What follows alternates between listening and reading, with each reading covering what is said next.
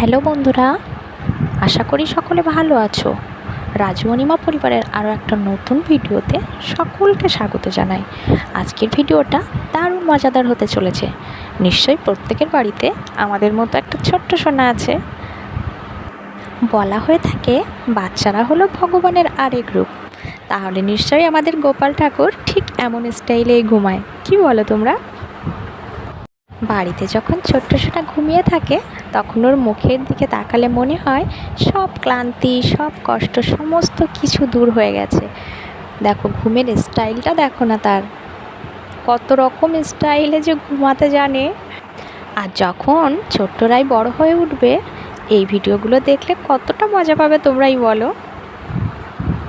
আর ঠিক সেই কারণেই আমি আমার ছোট্ট রায়ের লাইফের প্রত্যেকটা মোমেন্টকে তুলে রাখতে চাই সাজিয়ে।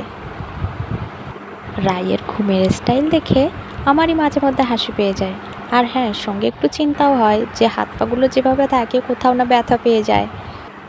আজকের এই ভিডিওটা দেখে নিশ্চয়ই বাড়িতে ছোট্ট সদস্যের মুখটা সকলের মনে পড়ে যাচ্ছে, তাই না?